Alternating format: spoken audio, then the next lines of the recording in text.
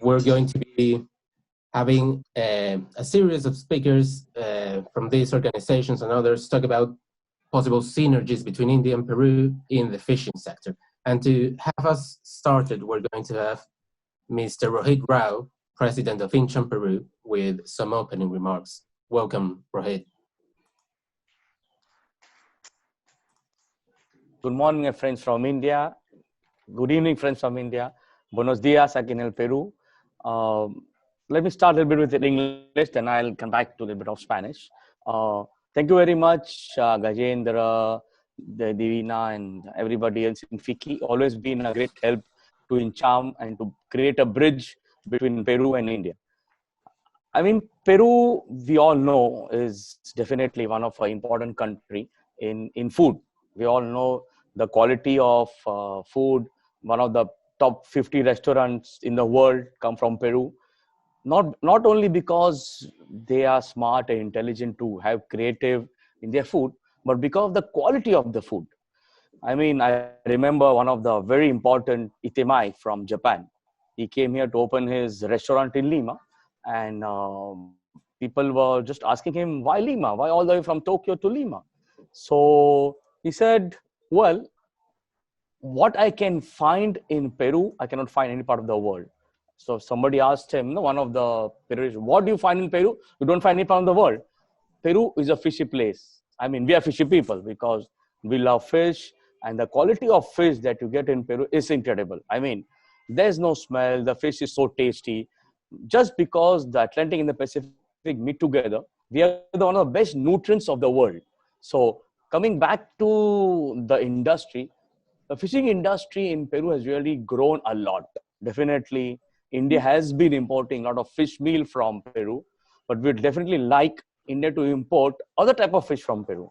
Not only the wild caught fish, we also would say the farm raised fish. So Peru is very good in farm raised fishing industry, in specialized fishes like paiche, like shrimps, and different type of important fish. So I would say that India can be a fantastic country for import from Peru, and Peru can really give you quality of fish. We are not going to compete with other type of fish that is nearby from India, like maybe Thailand, from maybe Malaysia and all. But Peru's fish, once you try, as they say, the sweet blood of Peruvian fish is so fantastic. You'll not want to have anything from other part of the world. Me being traveling all over the world, me being born in India, spoiled in Peru because I've been here for almost 22, 23 years. So I would really say the best fish in the world is from Peru, no doubt about it. Why do we have a good ceviche? Just because the quality of the fish is fantastic. I mean, why do we have fantastic all types of fusion food from Japanese in Peru? Just because our quality of fish is good. So as they say, good quality, good food. So that is what we want to take this to India. And I'm sure our fantastic expositors, Kaitana, who's been minister, who's been one of the fantastic person around, will definitely explain, and also a lot of importance that is going on in Peru. So I really love that once the free trade agreement is signed, we would like to see a Peruvian fish with ceviche on Indian restaurants, not with any fish which is available in India. So with that, I really leave back to Gabriel, and I'm sure it's going to be a fantastic webinar today. It'll be quite enriching for people to understand. So we know, we are fishy people, we love fish, and that's what we are here for. Yeah. Thank you very much. Thank you, Gabriel. Thank you, Rohit. We're now going to have a few words from Mr. Gajendra Badgujar, Director and Head of East Asian, Latin American, and Caribbean for FICCI. So welcome, Mr. Badgujar. I think your microphone is turned off. Yeah. So good evening, everyone from New Delhi, and good morning therein. So I think since the time I have been given charge of Latin America, I have always been looking out for reasons why someone who was heading East Asia, why is he being given charge of Latin America? Because these are poles apart. One is 3.5 hours ahead. The other one is 8.5 hours, or at least behind. So I am always on the lookout for reasons. frankly speaking, I was given this charge in March. I have not been able to travel. In fact, I've not even gone to my office since I've been given this charge. But now today, Rohit has given one more reason and one more connect with Japan and how these fishes. So I think I have been collecting these reasons more and more, and will surely, once the COVID thing is over, I would be able to travel and enjoy Peruvian fishes there in Peru. Uh, so with this, I'll just start off with my opening remarks. So on behalf, my formal opening remarks. So on behalf of Picky and the Indian fishery industry, I take this opportunity to welcome Minister Kevitina Elove,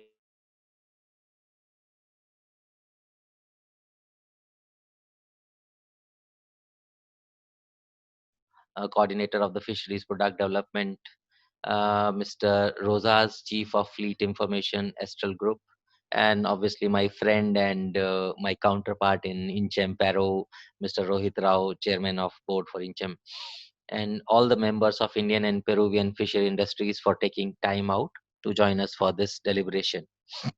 Uh, Taking this opportunity, I would like to thank Inchem Peru for co-creating this extremely rich and rewarding platform for India-Peru synergies in fisheries sectors. Presence and participation of all of you only reinforces that both India and Peru are keen to further strengthen the deep bond that exists between the two countries. As we are all aware that India and Peru discussion for FTA is in final stages. Also, the Peru represents the fifth largest trade destination for India in Latin America. We all look forward for enhancing trade and reducing trade barriers at the same time. While aiming to accelerate the development of fisheries sectors, the Indian government released the draft National Fisheries Policy 2020 last month.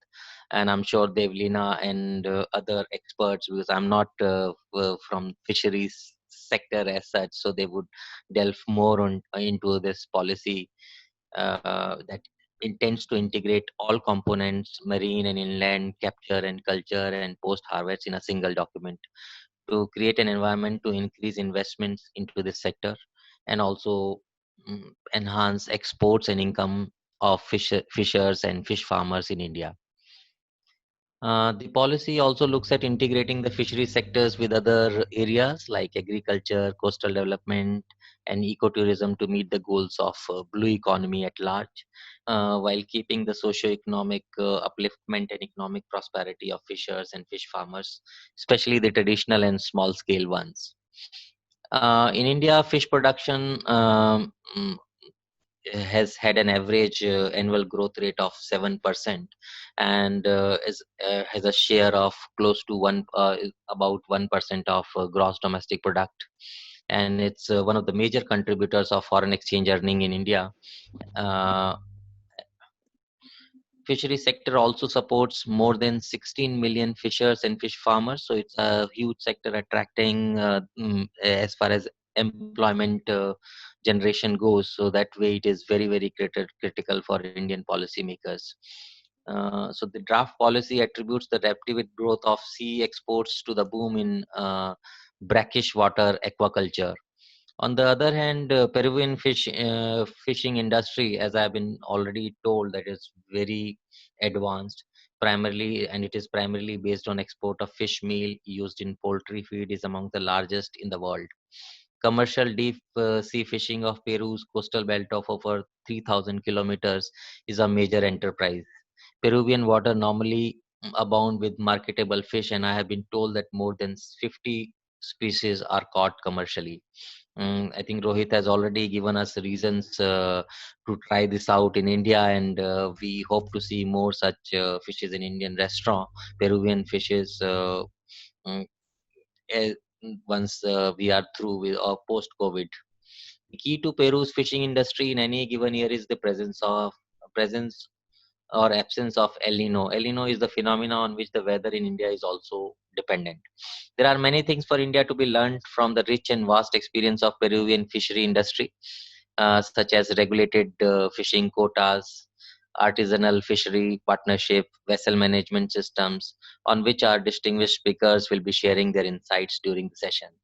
There are opportunities present in India's fishery sectors in waste management, bait to plate traceability, sustainability, and many more, as the sector still needs to be looked upon.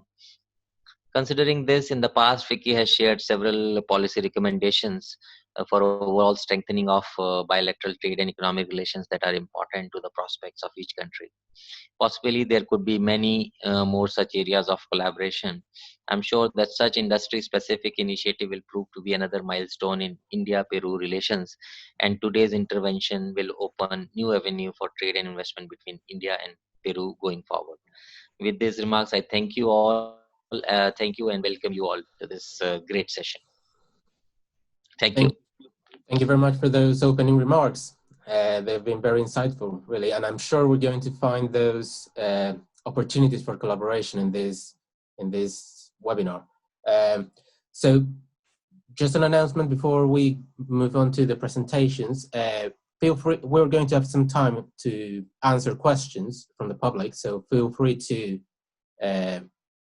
make those questions as the presentations go along. So now we're going to have a series of talks, of presentations from our panel. I'm sure they're going to be very impactful. First, we're going to have Dr. J.K. Jena from the Indian Council for Agricultural Research. He's going to be talking about Indian fisheries and aquaculture. What's the status and what opportunities are there? Dr. J.K. Jena has over 28 years of research experience in different fields of freshwater aquaculture and conservation genetics, and at present is holding the position of Deputy Director General in Fishery Science at the Indian Council of Agricultural Research. So with that, welcome, Dr. Jena,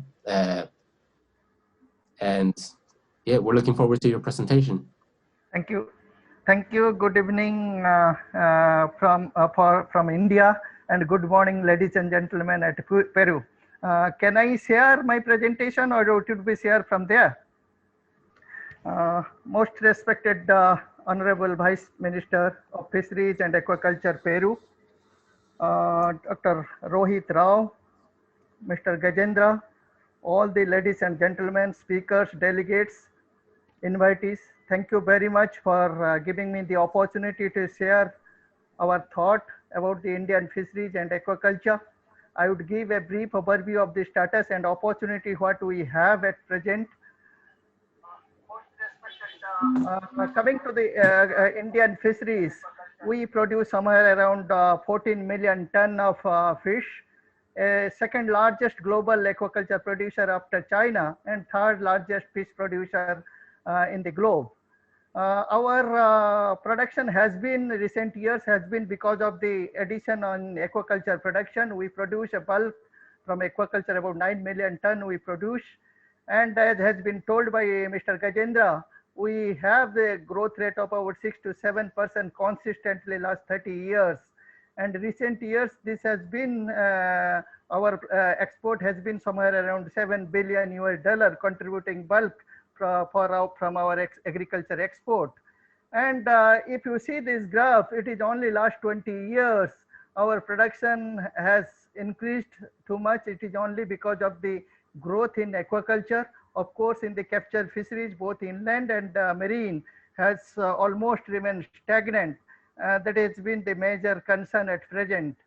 Coming to some of the institutional arrangement, if we talk of in development of fisheries, we have Ministry of Fisheries, Animal Husbandry and Dairying, and recently formed ministry, and of course we have a separate department, Ministry of Fisheries, with several organizations in place. And ICAR, Indian Council of Agriculture Research, with 8 fishery research institutes working on marine fisheries, inland fisheries and aquaculture and so forth, are the nodal organization doing fisheries research. And we have several fisheries colleges, state fisheries department. We have several provincial departments who are take care of development in fisheries. Coming to marine fisheries, of course, as has been told, we produce somewhere around less than 4 million ton of fish. And if we look at our potential, we have almost reached to the potential. So there is very little scope of expansion in the marine fisheries. Only in the deep water region some potential remains. Of course, our fisheries is a multi-species fisheries, more than 1,500 fishes with because tropical region, all of you know, about 50% pelagic, demersal, and so forth. Coming to the perspective, what government looks at, by 2025, we need to produce about 22 million ton. So 7 million ton we are trying to add. And of course, a big target given for export, and that too has to come from the brackish water shrimp farming sector. Of course, in mariculture, we have not done much. Of course, in the recent years, some cage culture activity we have initiated, but we are looking for high value species and diversified species in the coming days. Freshwater aquaculture is the mainstay when you talk of total production. Of course, carp country, mainly 3 Indian major carp, what we call Katla, Rohu, and Mrigal, contributes about 6 million ton. And if you look at our production growth over the years, still average productivity is only 4 ton, but this is national average productivity. Our farmers are able to produce somewhere around 20 to 50 ton per hectare in case of some of the catfish. In case of carps, about 10 to 15 tons. This is the major resources from the pond. Of course, in the recent years, there has been some diversification, though we are a carp country, but some of the catfish, several diversified species we are talking of. Not gone to very high level of production, a semi-intensive sort of production. Still, we have a great potential when we look at the future productivity. And several professionals entering into the area, which gives us a scope. Shrimp farming is a major export-oriented farming practice. Of course, we started with a monodon, but today we are talking with the Bhanami farming. Last 8 years, we have been able to increase fourfold from about 0.2 million ton to 8.8 million ton, which is the major contributor to our export. But we are looking for almost doubling the production in next 5 years, with additional area of about 80,000 hectares we are trying to add, which of course we are thinking to have an investment of about $1 billion has to be there in the coming days. That is it we are looking. When we are thinking for the again expansion of shrimp farming, seed is a major area we are trying to see, and we look for another 300 hatcheries has to come, and so much of investment has to happen. Of course, so we are working on regulation, accreditation, SPF seed, and alternative species, and so forth of these area with the marine fisheries policy coming in, we'll be addressing all those areas. Recent years, some diversification is happening. About 60 species we are working for aquaculture, mainly freshwater species. Of course, in the brackish water, sea bass and some of the mud crab are important species. In the mariculture, cage culture, we are working with 3 important species: cobia, pompano, and grouper, 3 important ones. Of course, snapper we are adding at present. Coming to, as I told, only in last 7-8 years we are working with the cage farming. In the freshwater, we have about 3 million hectares of reservoirs where we are trying to intensify the farming in the freshwater catfishes. In the open sea, again, as I told, cobia, pompano, and grouper are the mainstay. About 3,000 cages, but all are very small cages if you compare with the Norway and Chile or so. Only 6 meter dia, because our sea are so rough and disaster prone. So we are working with these small cages, but definitely we are looking for bigger cages in coming days. That is the target. Some of the marine bivalves, though we initiated some good work on mussel, marine mussel, as well as the oyster, but in India, people do not prefer to have mussel and oyster except on some of the South Indian states, western states of country. So only we produce about 50,000 tons of these species at present, but we want to expand these activities coming days. Ornamental is again new areas which we are working with several. Marine ornamental which we are focusing at present, about 20 species of damsel and clownfish and some of the degenerate fish we are working at present for expansion. New farming system, that is one everybody talks today globally. Recirculatory aquaculture system, biofuel system for higher production and productivity. But growth happening in the country, if you see 200 to 300% growth rate every year, so much of enterprise coming in this sector. And again, organic farming is one area which we are trying to work. Sorry, Dr. Jenna. Yeah. If you could start wrapping up in the next minute or so. Yeah, one minute I will stop. 1 Thanks. minute. So some of the areas we have been working on this, and maybe last 2 slides I would like to say several entrepreneurship, hatcheries, farm, feed production, all those areas we are looking for greater entrepreneurship in coming days.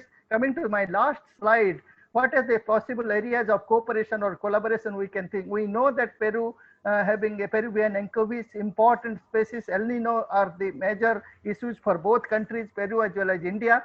We like to have some advantage from Peruvian fisheries, established fishing monitoring system, surveillance system, maybe in terms of training manpower in operating large industrial vessels, and pharmaceutical grade oil production for human use. Probably some of the areas you have strength, but we have some strength on good strength on ecosystem based stock management and stock prediction. Probably some of the fuel efficient combination vessels, some of the product development from nutri-rich high product development from low value fish species, some biomolecules. Probably some of the areas we have strength, we can work out what are the mutual interest, and we see what are the advantages area and look forward for greater collaboration in coming days. Thank you very much for the opportunity. Thank you so much. Thank you, Dr. Jenna. That was a very insightful presentation, very good overview of what's going on with fishing in India. And just a reminder to participants, please try to stick with the time. We've got 5 minutes per presentation, and we've got quite a few to go through. So let's try to stick with that time.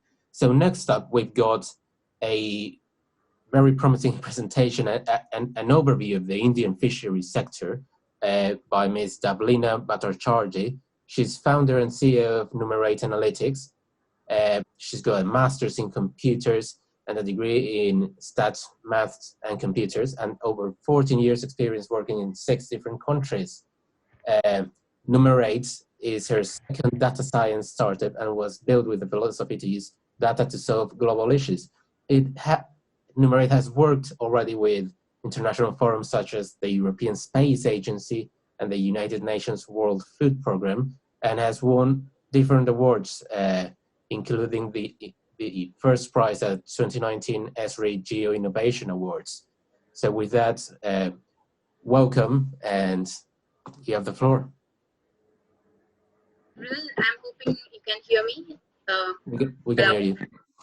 Okay, so I'll just quickly share my screen and it's visible. Okay, perfect. So, good morning to everybody joining from Peru, and good evening to folks from India. Gabriel has given a very good introduction about myself, so I won't repeat that, but thanks to Fiki for giving us the opportunity to present in this forum. I will start with so recently we saw the Indian blue economy net getting bigger in the interim budget announcement by the finance minister. Blue revolution has been talked and referenced in several talks, but what I wanted to talk about, that it is a single term, but it encompasses integration of various efforts all over the seafood value chain ecosystem. I have a reference diagram from the World Bank that I'm showcasing here in the platform, and it talks about renewable energy, fisheries, maritime transport, all coming together to bring the make sure the blue revolution happens. And with climate change causing frequent natural disasters and irrevocable damages to marine ecosystem, risks due to climate crisis become the priority to tackle under blue revolution. And we often talk about launching new ecosystems, but what we need to make sure that we don't alienate and forget our traditional players of the system, which are our traditional fisher folks. And existing fishing families are the ones which we believe are the biggest change makers and are true green warriors for the blue revolution to happen. Going forward, the current challenges that I see, given my experience in the fishing industry, the first thing is a poor handling of fishes. We need to enhance our handling or better handling of fishes at the harbors. Fish is a highly perishable product. Also, at normal harbors, seen a fish exchanges a minimum of 7 hands. The quality procedures, if followed, allows us to keep the freshness intact and the final price of the fish higher. So this is something that is not currently being followed. The second thing what I want to address is the wastages of fish. A UN report says that 1 in 3 fish caught never makes to the plate. Wastage is a serious issue. Any day you step inside a portion of the dock where fish is being handled and sorted, you'll see the wastage with your own eyes. So before we talk about increasing production, I think what we need to make sure is that whatever is getting produced is being handled well. The third part is the unsustainable practices, where sustainability is mostly an industry buzzword, but to be able to make sustainable production or produce in practice, we need to ensure that every handshake in the value chain ecosystem understands and values sustainability. Otherwise, we cannot completely implement it. The fourth point is we talk about increasing a marine infrastructure, increasing boats. But while we do that, we also need to make sure that our boats have the proper facilities or proper handling to really go to, like, marine boats can go to the distance they need to go. And on a year-on-year basis, all fishermen needs to take care of their boats. They need heavy repairs and fixes that needs to happen. So all of these needs to be given as a loans to the fishermen, for which the boat needs to be to be kept updated and working. The fifth point is about the opaque markets. The current fisheries market are unjust market for the ones at the bottom of the pyramid. The small scale fishermen are heavily exploited at the hands of dealers and big players. It's ironical that these people who are the most sustainable means of fishing are the least paid attention to. So we believe the small scale fishermen needs a platform in the bigger market, and we are currently helping them do that. I'll talk about it in my next slides. And the sixth point being a linear model. The present day food ecosystem is overall a linear system. By linear, I mean we're all passive consumers and we play no role or negative role for food producers to act the way they do. The reason for a fisherman doing overfishing is all of us as societies choose to eat only certain fish and push them to hunt those other fishes, those fishes to extinction. So having talked about, sorry, I missed a slide. Current challenges, the opportunities that we see, all of these challenges are hidden opportunities to explore. A value chain ecosystem, a value-added supply chain helps in addressing quality check at every handshake of materials being exchanged, monitoring of supply chain pipeline for simple things like, say, temperature check of fish or quality and size grading, smooths out selling process and fetches higher rates of the market. The same supply chain with quality control storerooms, temperature control storeroom reduces wastages. Also, for unavoidable wastages, linkages need to be made for fish meal plants or recycle systems. That does not need too much of additional cost. Sustainability, as I said, is an overarching issue and it's a requirement for the entire industry and the entire globe to follow. But a good place to start is asking why there are unsustainable means of fishing still being practiced. Who gets incentivized on such practices, and to address those root causes. I'll circle back to sustainability in my last point, but moving to the next point, where we talk about bigger fleets and bigger boats, we also need to make sure that the number of boats do not cause an impact on the environment.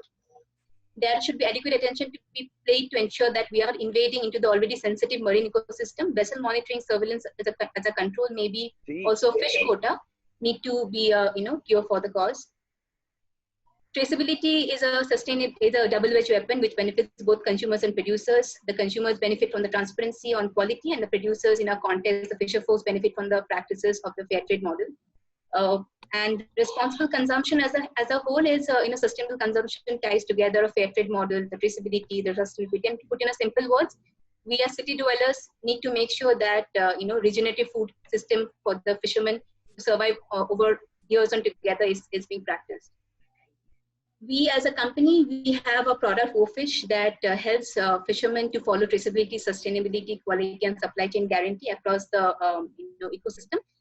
there are it's also encouraging to see the many such startups and many such companies who are trying to enhance or adopt such green economy for fishing.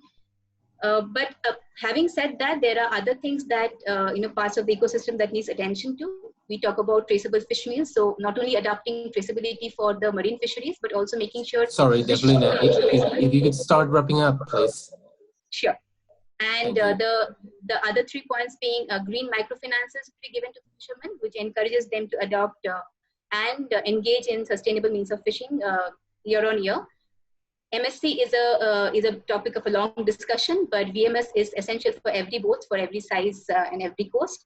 And a blue economy certification that makes sure that the consumer is also taking the right decision while purchasing the fish. About Peru, from whatever I've learned, and I'm hoping to learn more in this session, I have read reports about the World Bank and the future of fish, which talks about how Peru has revolutionized the anchoveta fishing, where they have used VMS to everyone's benefit, and also incorporated responsible consumerism at every level. And I believe there are many ways we Indians, the fishery sector, can collaborate and learn from the Peruvian fisheries. We are widely separated by geography, but if you can join hands in adapting methods towards a brighter future of fisheries, we'll be incorporating a healthy change to a very large marine ecosystem.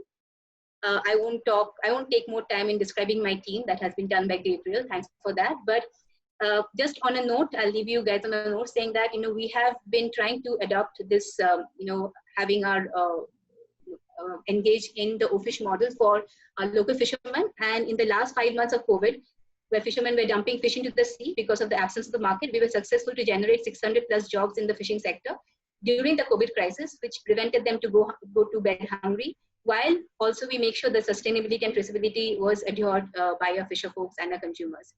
So I believe, that is something that I see as a, future of fisheries, and where both the Indian and Peru fisheries sector can join hands. Thank you so much for your time. Thank you, Gabriel. Thank you very much. A very interesting presentation. Fantastic, really. And next up, we're going to have an overview of Peru's fishery sector by Ms. Cayetana Aljovín. Is chair of the board for the Peruvian National Fishery Society and has vast experience in this area, and on different very influential positions. She's been minister of different sectors, leading them here in Peru, and now as chair of the board for the National Fishery Society, she's going to offer us some insights as to what Peru's fishery industry looks like at the moment. So you have the floor now, Cayetana. Thank you, Gabriel, for the introduction, and thank you so much to INCHAM Peru, really, for this opportunity of sharing our experience between India and Peru in the fishing industry, in the fishing sector. I think that we have lots of opportunities that we have to explore. I think this is the first step, so we will keep in touch. So thank you so much, and good afternoon in New Delhi, and good morning in Peru. Saying so, just some numbers. My presentation will be mainly in the anchovy industry, so you can have an overlook of this important industry of Peru. As you may see, the anchovy industry generates 1.5 of the GDP is generated by the fishing industry. And this impact rises to 2.5 GDP when the indirect effects in other industries is added. So really is the second sector more important in Peru. No? The first sector is the mining sector, and then is the fishery sector. Well, some people say that agro-industry is also the second, but we have a fight with them to see if it's the fishing sector or the agro-industry. And the fishing contribution to GDP is a catalyst for the economy. That's true. More than 102,000 jobs are generated by the fishing industry along the Peruvian coast, where there is also an increase in the real income and the expenses of the inhabitants. And in addition, according to a study done by the Peruvian Institute of Economics, the IPE, for every direct job in industrial fishing, 3 indirect jobs are generated. Today, that we see the loss of thousands of jobs, this data is fundamental. Also, we generate 3.3 billion in foreign exchange, representing 7% of Peru total exports. And of this total, the exportation of fish meal and fish oil represents 4.7%. It's the third item of traditional exports of all our economy. Also, more than 366 million the fishing industry contributes to the state through the payments of taxes, income tax, and regulatory contributions such as fishing rights, profits of 10% for workers of the industry, extraordinary pension contributions, payments for fishing supervision and inspection, and contributions to FONCOPES for the job training. And also 50% of our operating profit goes to the state. The fishing sector has the most regulatory and tax burdens, much more than other extractive sectors such as mining. So really the contribution that we make for incomes to the state in taxes and in the generating of labor in Peru is very, very important. Just an overlook, the anchovy industry in numbers. We have 411 fishing companies. 12 of these 411 are large companies that they have more than six or more boats. 98 medium companies that have around from 2 to 5 boats, and 301 companies that have only 1 boat. Also, we have 49 factories and 20 companies that produce fish meal and fish oil. And what is very important is that we have a very highly evaluated and regulated industry. For example, we only have 2 seasons per year that we can catch anchovy. We have 2 research cruises. We have global quota per season, 1 global quota for the first season and another global quota for the second season. And we have a regulation that is based on tax per vessel. No? In the chart, you can see where we have the biological beta. It's in the anchovy sector, it's around February and March, and then in August, September, and October. The seasons, with the first seasons, it starts around April or May and lasts until July, first days of August. And the second season starts around the end of October or beginning of November and goes until January, no? And we have 2 cruises of research, no? Just to see how is the biomass of the anchovy. Very good news.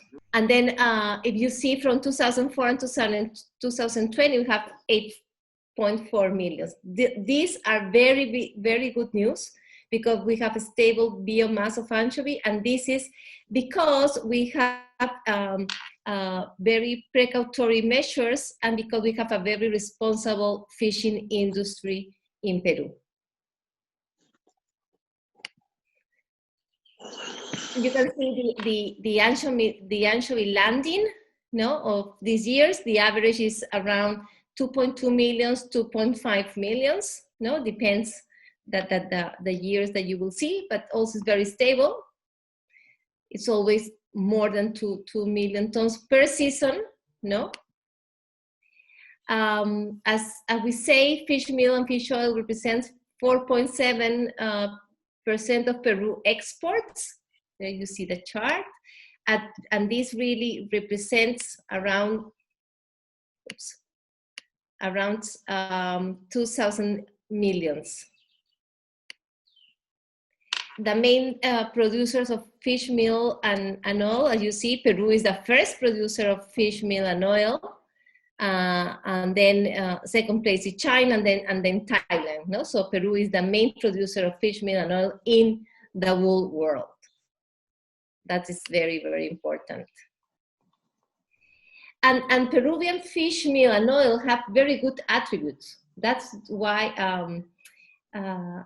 countries really want these products. No, in fish meal we have it has a good level of proteins, 64% of fat and 70% on the premium, a good equilibrium of amino acids and minerals, digestibility above 95%, that's very, very good.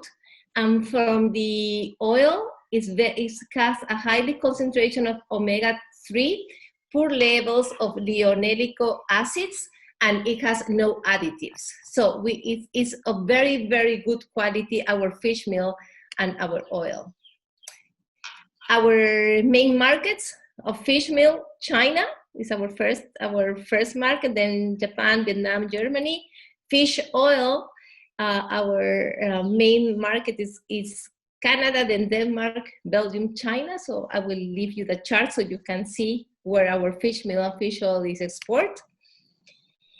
And it's very important to really say and to comment that our industry is very committed to the environmental care. Nowadays, this is very, very important. We have made a lot of investments, more than 500 million have been investment really to have to care about the environment. So we have 100% of the steam dryer plants instead of flame dryers. We have 100% of effluent control. We have treatment of power pond. Our bays are clean. And also we are in a process of changing our energy matrix, when we can really turn to natural gas, we are doing that. So really this contributes to the environment. Also, we have IFORS standard and certifications, more than our 49 factories have this certification. And also we are working in a fishery improvement program. We are just finishing it because our goal is really to have the anchovy fishery be certificated by the end of 2021. We want to be certify our anchovy fishery. So we are working on that. We are really almost at the end of this improvement program. So I think we will go in on this certification by the end of this year. And also, sorry to interrupt. If you could start wrapping up, please. Yes, I will. Yes. Thank you. Now, just to share our sustainability programs, we have examples of circular economy in the fishing industry. We reuse our agrobiological waste for activities such as agriculture, with the aprocompost. This waste comes from the cleaning equipment, from the tank bottoms and fish meal sweeping. And aprocompost was a finalist in a very important contest done by a very recognized university. So there's a model.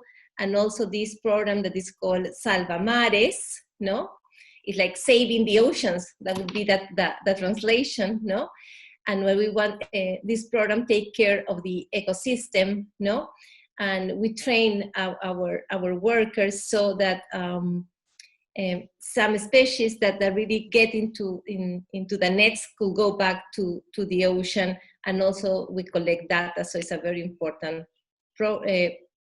program. And also we work on the GRI sustainable report. Finally, Gabriel, so we can stick to the time.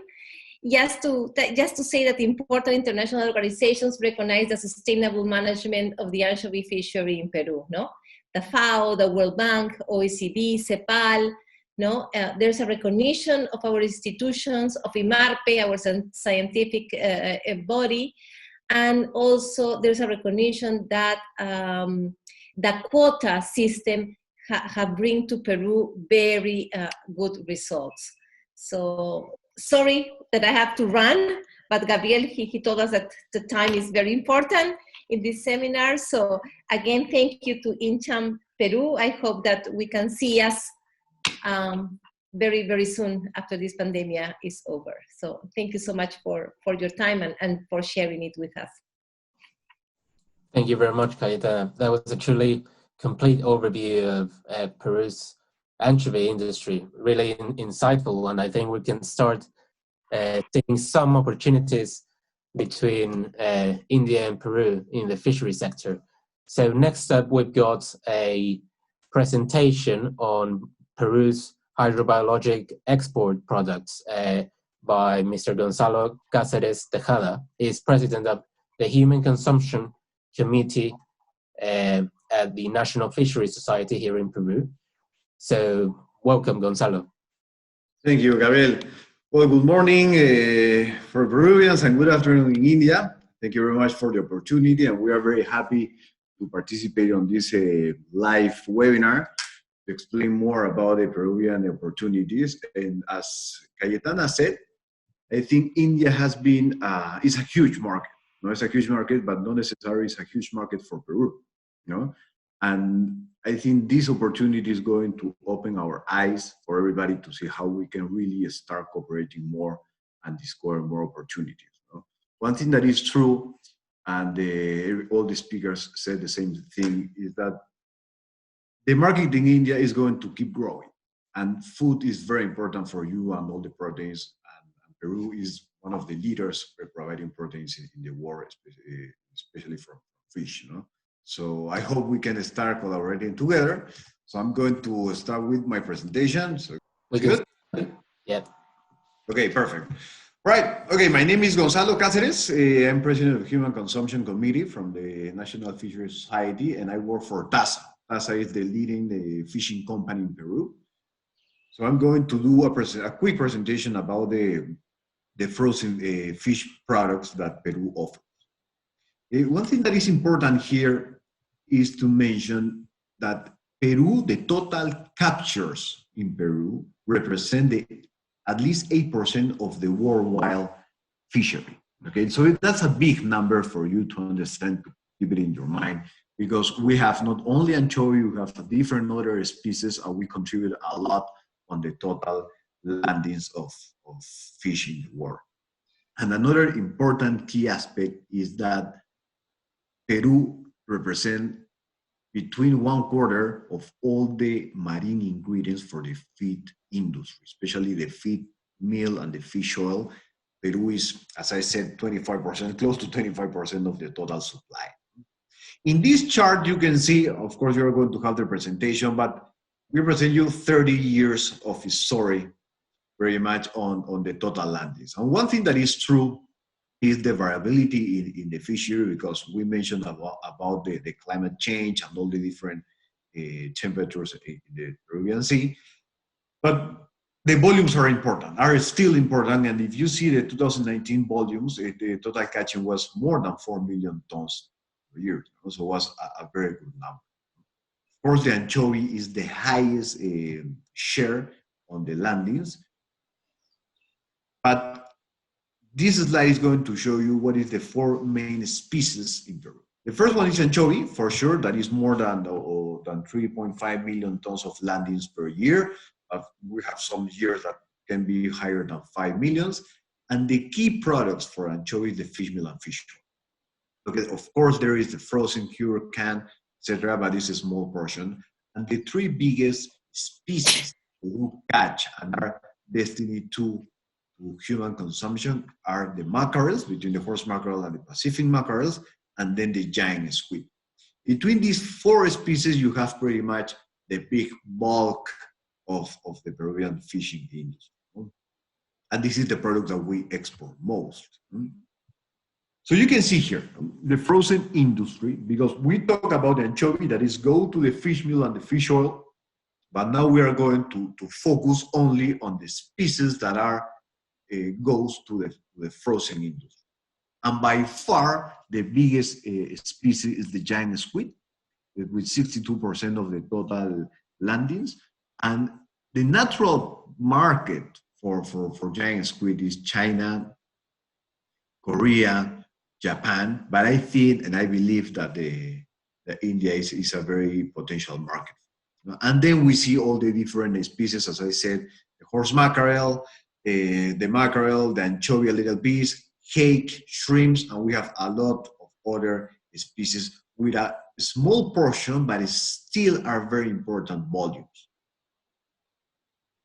And here you can see the evolutions in terms of dollars that the fishing industry provides to Peru.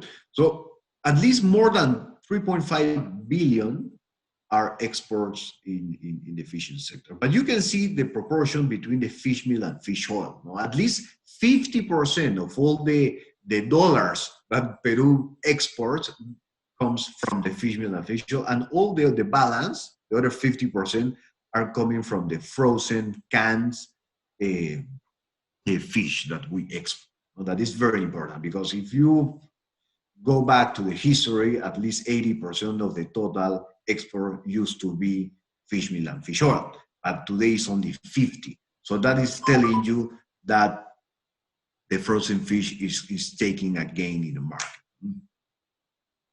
Well, you can see here the pie, as I said, between fish meal and fish oil, you have 55%, and all the other are the balance.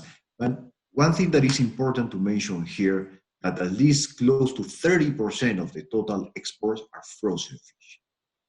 Canning is important, but mainly the industry that exports goes to the frozen fish.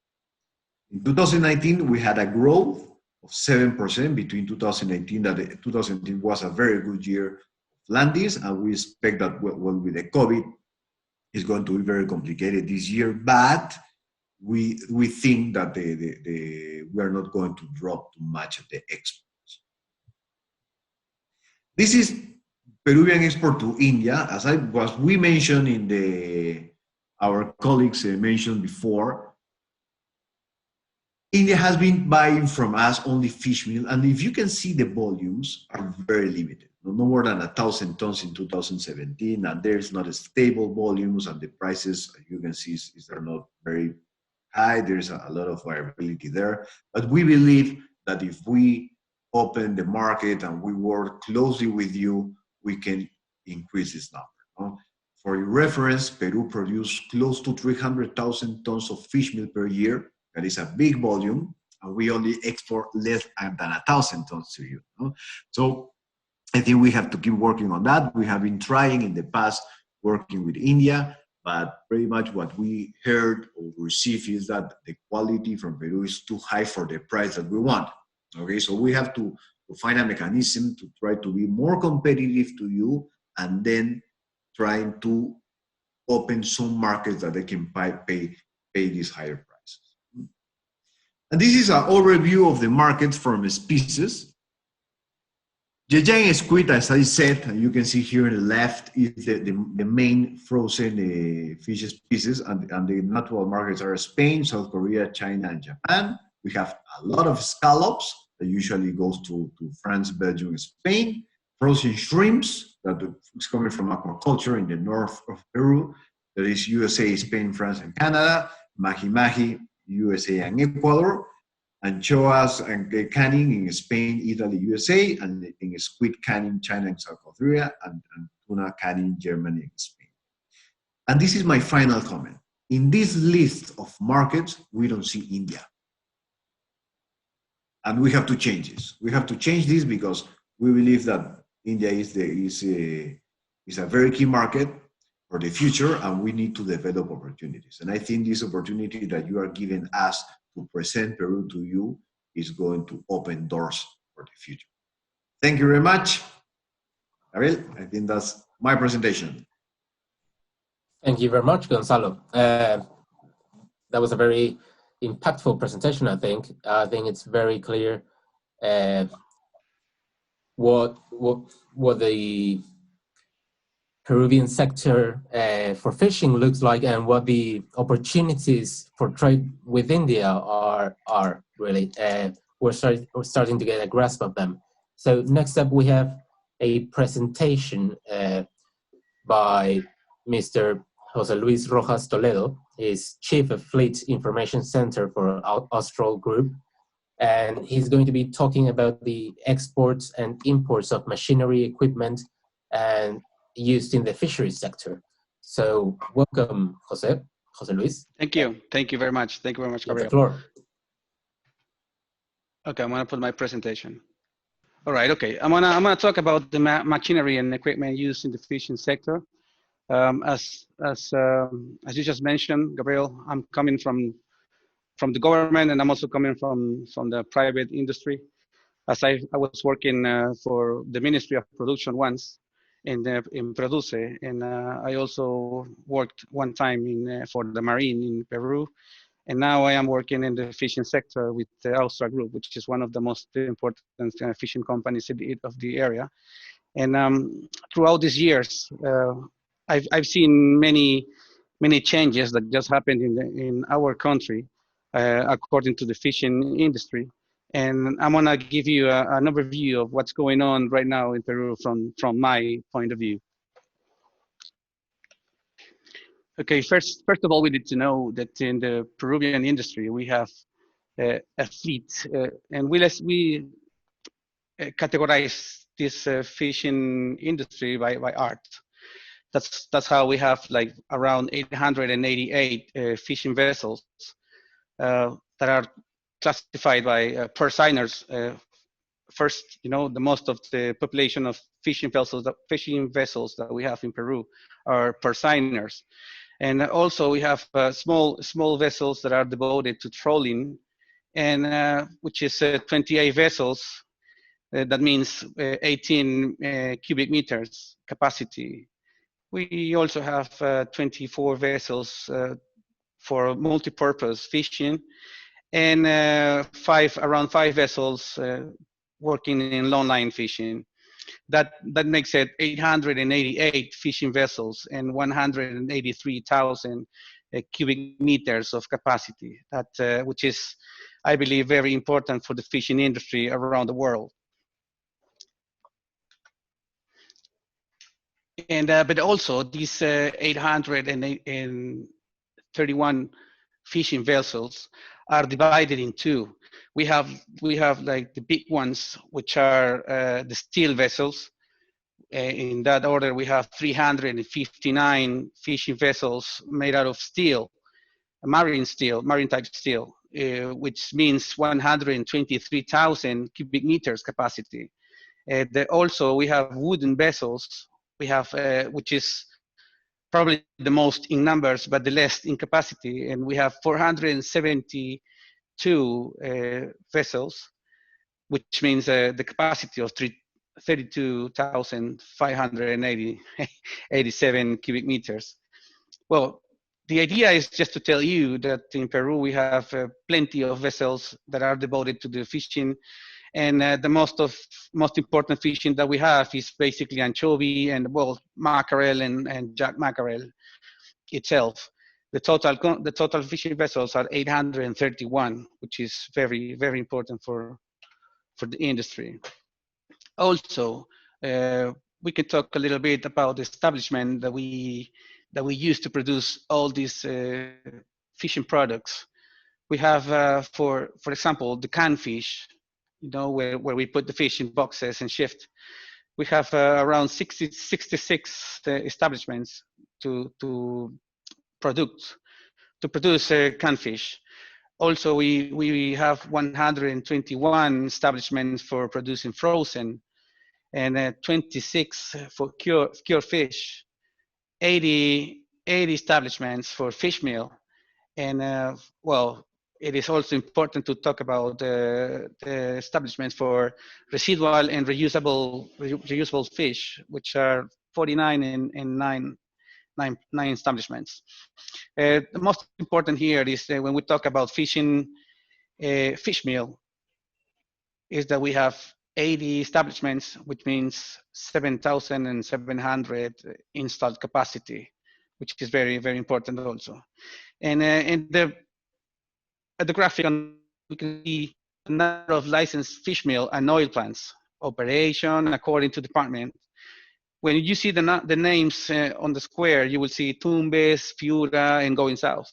That means if we talk about our country, Peru, Tumbes is located up north, and Arequipa, which is the one at the bottom, is located on the south of Peru. And there you will see that in total, we have a number of 80 plants, but in this moment, we're only operating with 50 plants, and we have 30 plants not operating at the moment. And as you can see, if you go from north to south, you will see that basically like in the center, you will see Ancash and Lima, the most of the population of operating plants. And that means we have like a lot of potential to increase our fishing capacity. As the latest fishing season that we had, that 2021, the fishing season, most of the fish was located up north of Peru, and in the north is where we have less fishing plants. That for me, from my point of view, that is a potential area where we can work with.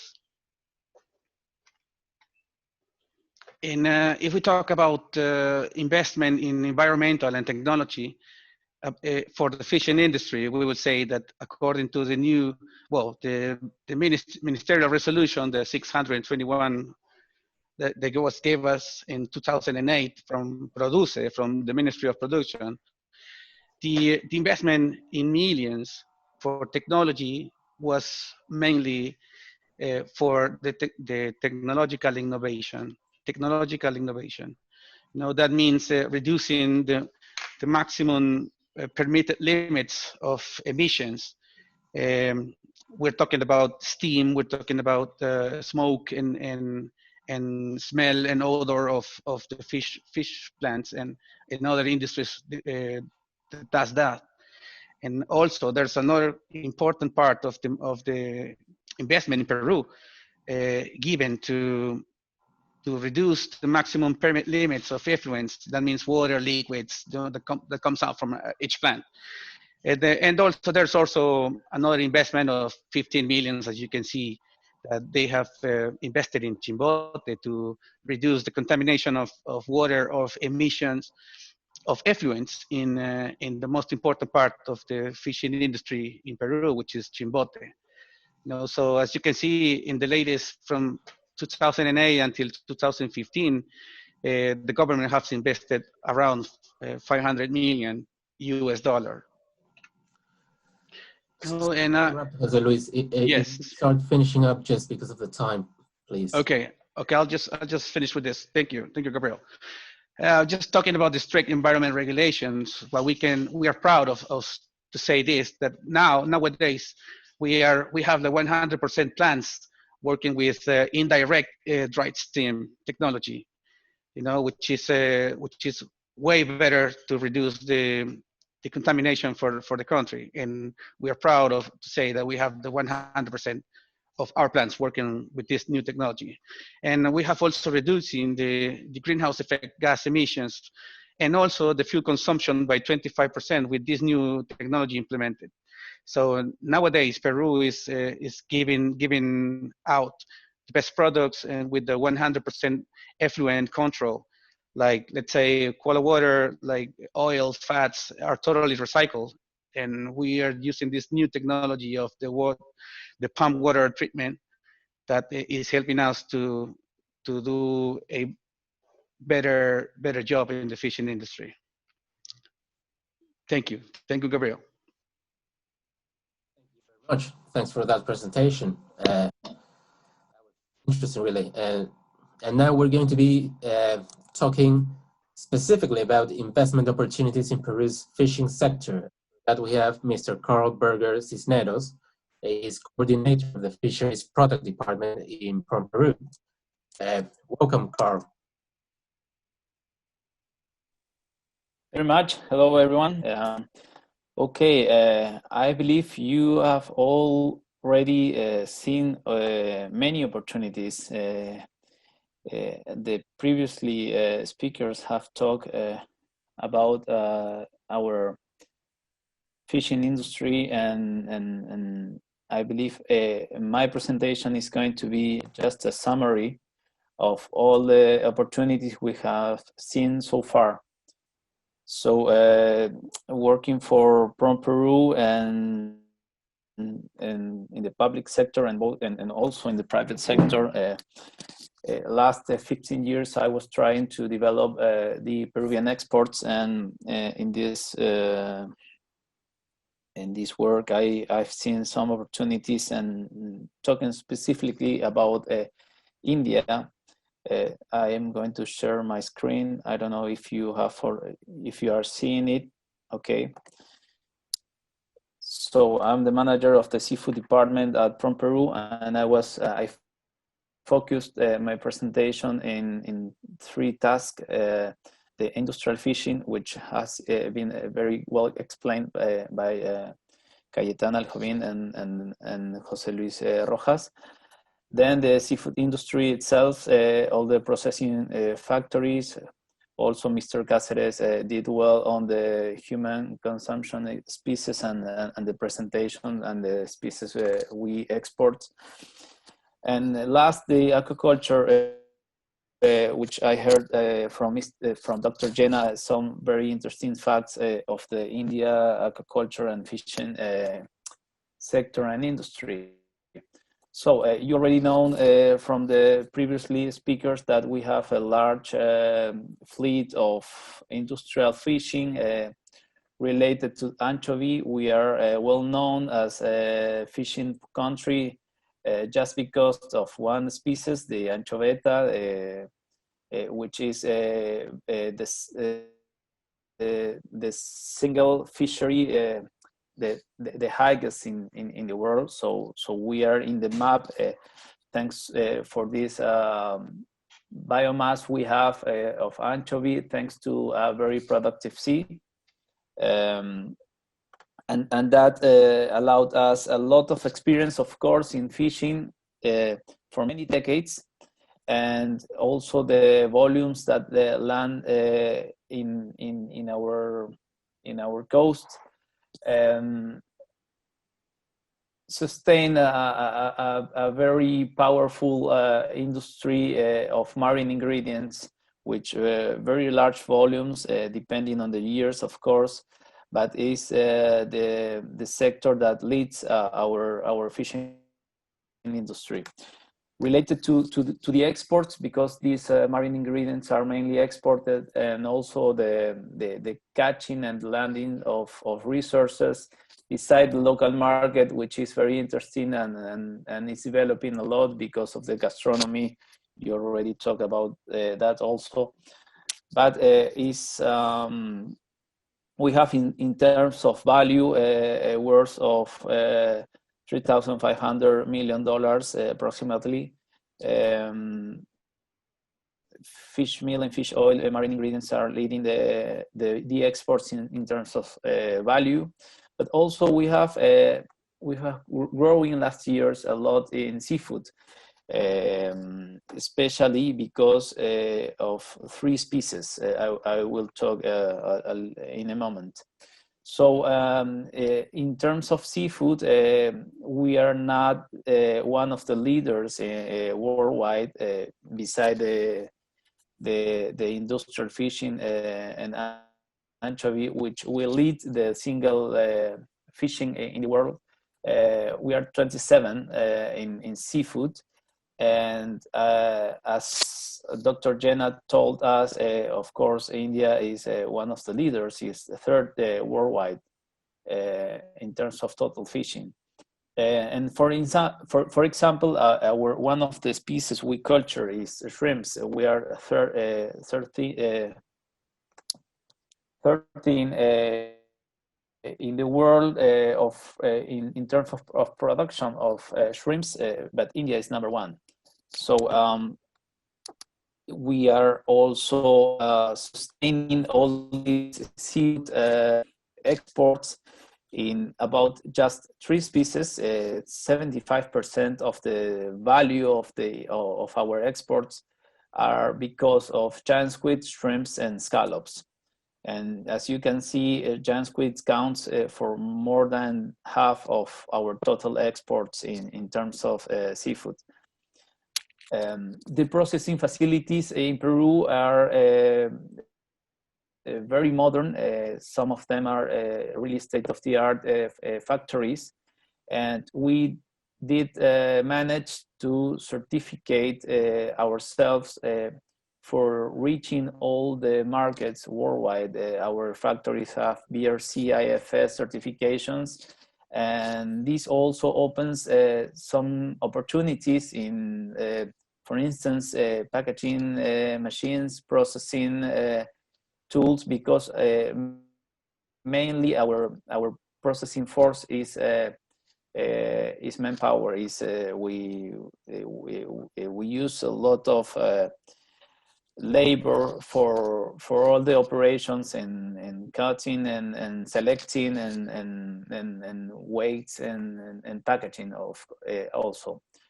I just wanted also to point out we have 234 processing plants certificate for exporting to Europe.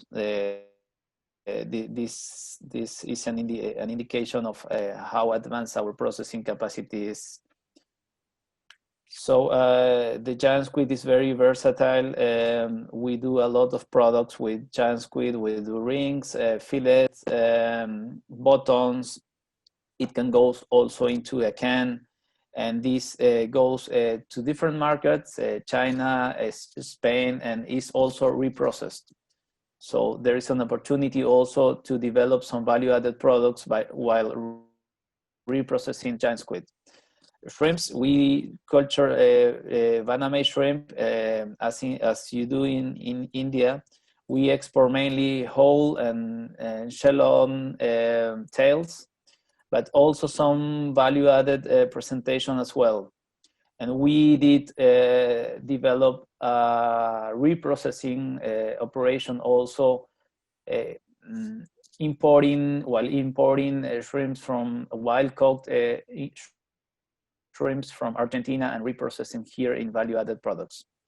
And of course, we are very competitive in scallops. We are well known in the scallops business worldwide. Mainly our exports go to France, and in French supermarkets, almost 90% of the frozen scallops offer you can find is coming from Peru. We have also a seasonal catch of mahi-mahi, which is mainly exported to United States for both restaurants and supermarket, and also some mahi-mahi is exported to Ecuador, but this product ends in the American market as well. And the anchovy can also be used for canned products, for cured products like anchovy, like anchovies for pizzas or for entrees, and it's exported also frozen. So it's also a very versatile product, which with very nutritional facts. Now, aquaculture in Peru. Sorry, Carl, if you could start wrapping up, please. I will do. Our aquaculture is developing a lot, about 20% per year. We are fifth in South America, and it's mainly based in the shrimps, the scallops, and trout culture. But having such a strong fish meal and fish oil industry here, we have very good conditions and ingredients for developing a modern aquaculture, offshore aquaculture, which is also an opportunity that hasn't been developed here. Our marine aquaculture is culture in lanterns of scallops. This is our shrimp production, just located very north next to the border to Ecuador. And as Dr. Jena said, and the development of the aquaculture in India, there are opportunities here for developing microalgae production systems, hatchery, breeding, feeding, recirculating aquaculture systems, I don't know, aquaponics, vaccines, etc. All that aquaculture cluster needs. So we from Peru, we organize trade shows, promotion activities, and we do also business intelligence. So anytime you can contact us for sharing some information about the markets and the opportunities in Peru. Thank you very much. We have time just for a couple of questions to be answered by the panel. We've got a question here from the audience about India's consumption patterns in regards to fish. They would like the person who asked this question would like to know what are the main species currently being imported by India, and whether the per capita consumption is growing. So I think Dr. Jenna, you could maybe we could have your take on this. Yeah, of course, in India, about only 60% people are fish eaters. Rest 40% are vegetarians. And among the main fish, what we consume, because we are carp country, as I told, carp has been the mainstay. Shrimp we do produce, but mainly for the export. What are the other questions? Anything asked? I could not hear properly. Yeah, it was about consumption patterns of fish. Consumption pattern definitely increasing. As I said, only in the few states, in the coastal states, people are mostly fish eaters, mainly southern Indian states and part of some province, but northern Indian state people do not prefer to have fish. But the consumption definitely is increasing, and we have demand increasing also. That is why our production target, we are trying to increase at least by another 7 million ton in the next 5 years. Thank you very much. Thank you very much. And now I'd like to ask this question to Cayetana. We have a very clear picture of what Peru's fishing sector looks like at the moment and what the opportunities are. But where do you see it going in the next few years, and what opportunities might present along the way?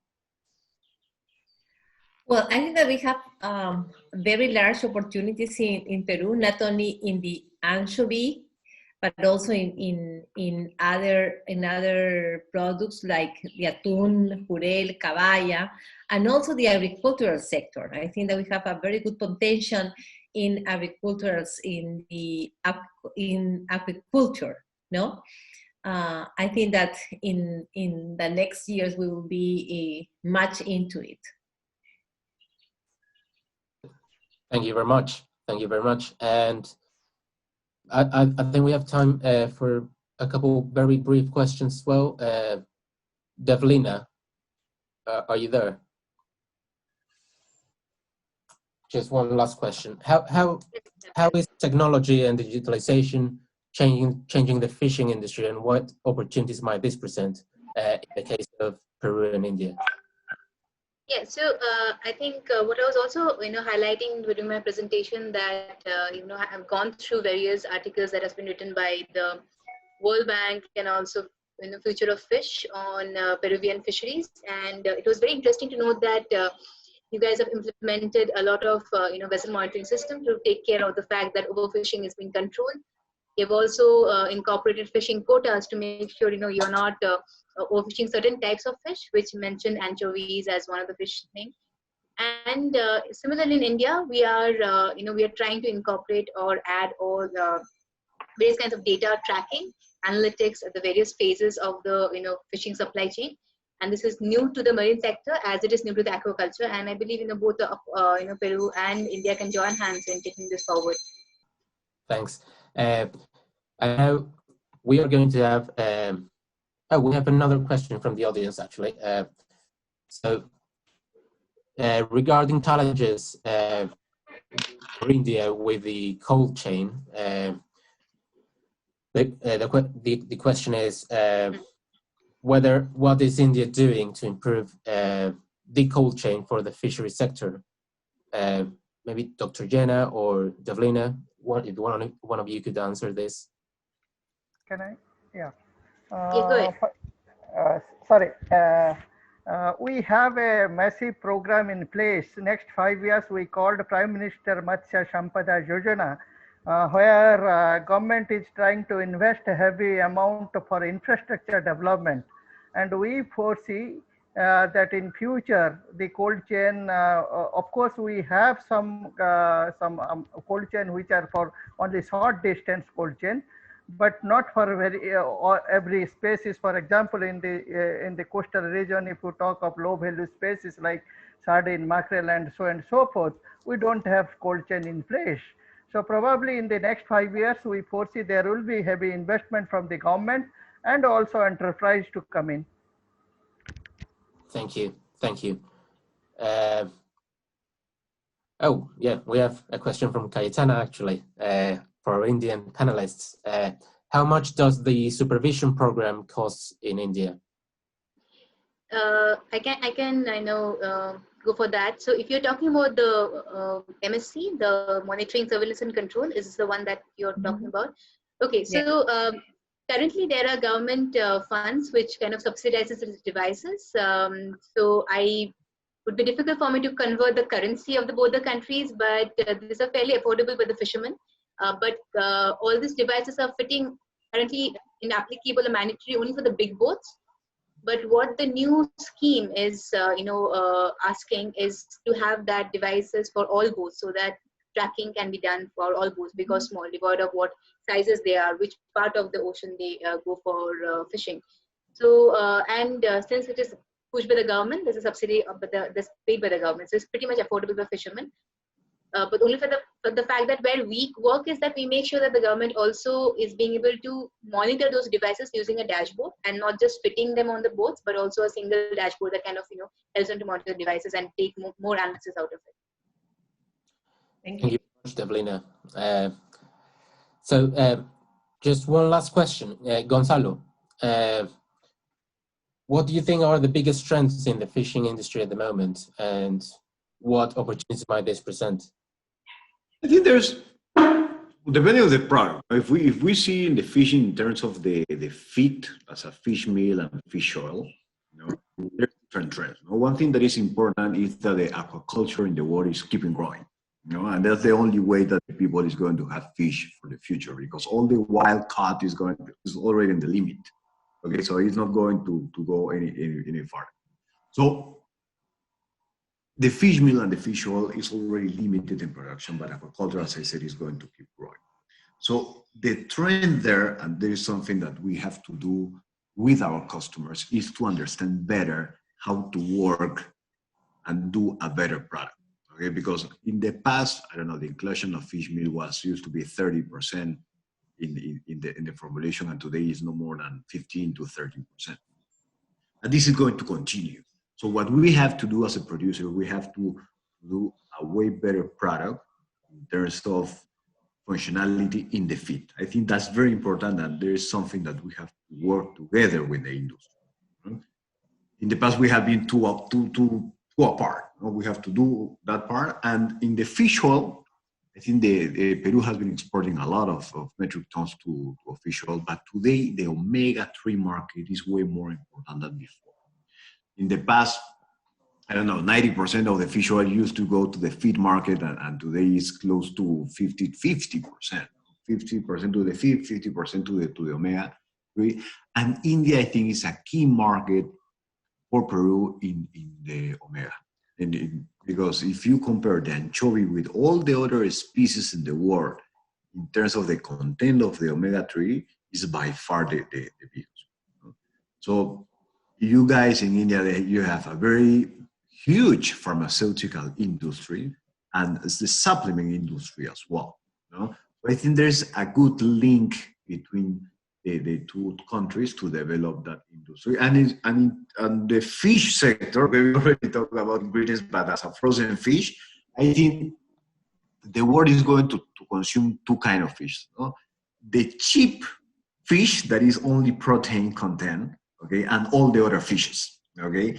that you have the niche market between the flavors like a flounder and etc. And then you have the all functional omega-3 fishes like the tuna, like the mackerel, so all the red meat, the fishes that they give you not only protein, they give you a lot of other things. So I think when you ask me trends, we have to separate, as I said, but there's a lot of opportunities to develop together. Yeah.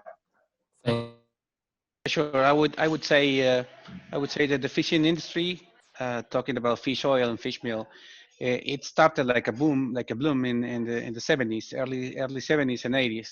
And now the fishing industry is more regulated, and it's almost established now. So I believe there are like other different points where we can look for when we talk about new industries in Peru and probably a link with India. You know, as Carl mentioned, we have opportunities for shrimp and other frozen cans and probably vaccines. So it's not only fish meal and fish oil. It can be many other things coming out of the sea or out of the aquaculture. Thank you. And just before we move on to closing remarks, Devlina has a question, which I think, Carl, you could answer. So what makes India's fishing market interesting for Peru? And what do you think could be done together other than fish meal? Okay, of course, India is one of the largest markets in the world. We just started seeing, for example, China from 20-15 years in the past, and it has developed so fast and turned very quickly in our main market.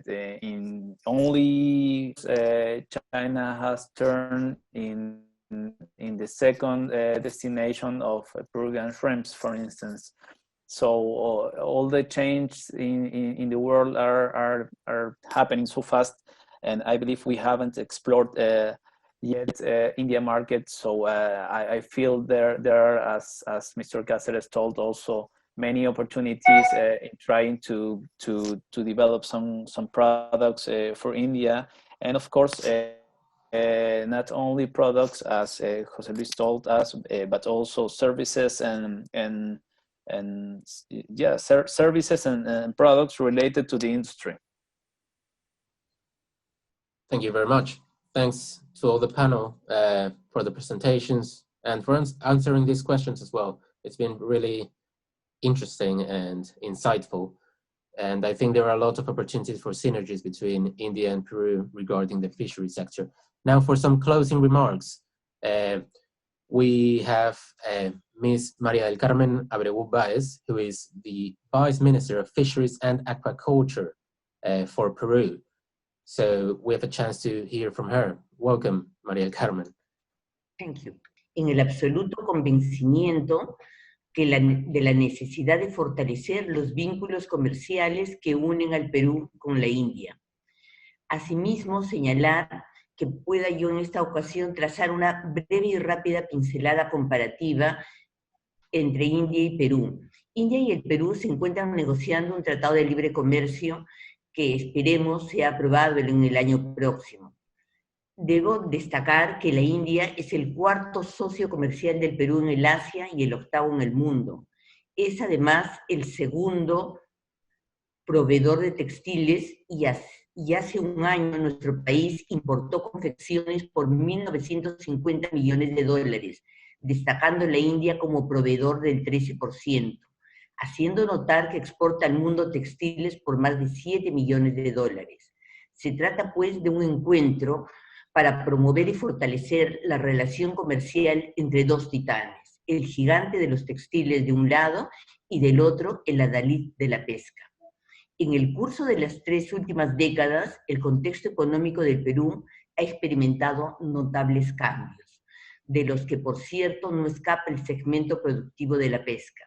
Y es así que, reconociendo la evolución de los acontecimientos mundiales y la necesidad e importancia de lograr una adecuada inserción internacional en el contexto de una economía globalizada, se dictaron normas a fin de alcanzar la necesaria seguridad jurídica que sirviera de base para alentar, respaldar e instrumentar nuevas condiciones fundamentales que aceleren el desarrollo pesquero sostenible, con el propósito de asegurar una mejor calidad de vida para los peruanos, promoviendo dicha actividad como fuente de alimentación, generación de empleo y divisas.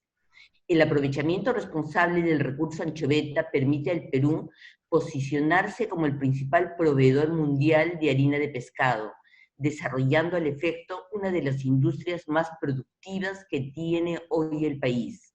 Valga incluso mencionar a este respecto que no obstante la gravísima situación pandémica que viene afectando al mundo y notablemente a nuestro país, la industria pesquera ha desarrollado importantes esfuerzos para superar tan crítica situación, manteniendo su liderazgo a nivel mundial. En adición, es dable señalar que no es novedad, pero tampoco está de más resaltar que los recursos pesqueros y la biodiversidad acuática con que cuenta el Perú representan un potencial de provisión de alimentos, no solo para el país, sino para la humanidad entera. El quehacer pesquero brinda trabajo a miles de personas a lo largo de nuestro extenso litoral, proporciona miles de toneladas métricas de proteínas de primera calidad a nuestra población y constituye la segunda fuente de divisas por la exportación de nuestros productos, solo superada por la minería, y además ofrece enormes oportunidades para nuevas actividades como la maricultura y la acuicultura en general.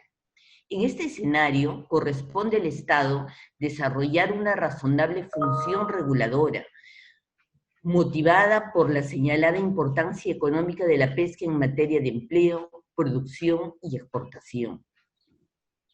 Es comprensible en tal contexto que el Estado promueva la inversión privada y contribuya a que el sector pesquero sea eficiente, rentable y de alto valor agregado, y que la actividad pesquera haya sido expresamente considerada de interés nacional a fin de alcanzar un sostenible desarrollo pesquero económicamente eficiente, socialmente equitativo y ambientalmente sustentable. No está de más destacar que la industria pesquera peruana es reconocida a nivel mundial por la FAO como un ejemplo de manejo de pesquería, siendo el Perú el primer país que en el mundo incorporó en su legislación valores, principios y disposiciones del Código de Ética de Conducta para la Pesca Responsable. La industria nacional es un claro ejemplo de sostenibilidad pesquera. Estamos seguros que ustedes, dignos representantes de las actividades comerciales de la India, hacen suyos los valores y conceptos que animan nuestro quehacer pesquero, y así lo hemos comprobado cuando recientemente en el marco de la Organización Mundial de Comercio hemos compartido criterios respecto al trato comercial diferenciado en materia de subsidios a la pesca para favorecer pesquerías artesanales y de menor escala, estrechamente vinculadas a la generación de proteínas a base de pescado para beneficio de nuestras poblaciones más vulnerables. Es así que también compartimos con el mismo espíritu de recíproca cooperación la manifiesta predisposición que ahora muestran ustedes para evaluar y considerar importantes oportunidades de inversión a realizar en el ámbito pesquero en nuestro país, las mismas que han sido precedentemente destacadas por el coordinador del Departamento de Productos Pesqueros de Perú. En estos momentos de crisis mundial, la mejor opción está constituida por tales oportunidades de negocios y alianzas estratégicas que permitan a ambos países generar un mayor desarrollo económico. Por ello, en el marco jurídico implementado en el Perú, este nos permite abrirles las puertas y brindar una cálida bienvenida a los negocios conjuntos que podamos realizar y posibilitar un comercio fluido entre ambas naciones, sobre la base de una garantizada seguridad jurídica. Deseo finalizar esta intervención poniendo de manifiesto el agradecimiento especial del despacho a mi cargo, Viceministerio de Pesca y Agricultura, por el provechoso encuentro en el que nos encontramos, formulando efusivos votos por la salud y bienestar para las poblaciones de India y Perú, declarando así clausurado este webinar pesquero. Muchas gracias. And as Vice Minister Maria del Carmen has put it, Peru's government the fishery sector is a priority for Peru's government, and there are plenty of opportunities that are arising in the next few years, especially with the free trade agreement. Essentially, Peru's fishing sector is a willing and able business partner, and there are plenty of commercial opportunities between India and Peru. Thank you to all the panelists, to all the guests, and with that, we have reached the end of this webinar. Thank you, everyone.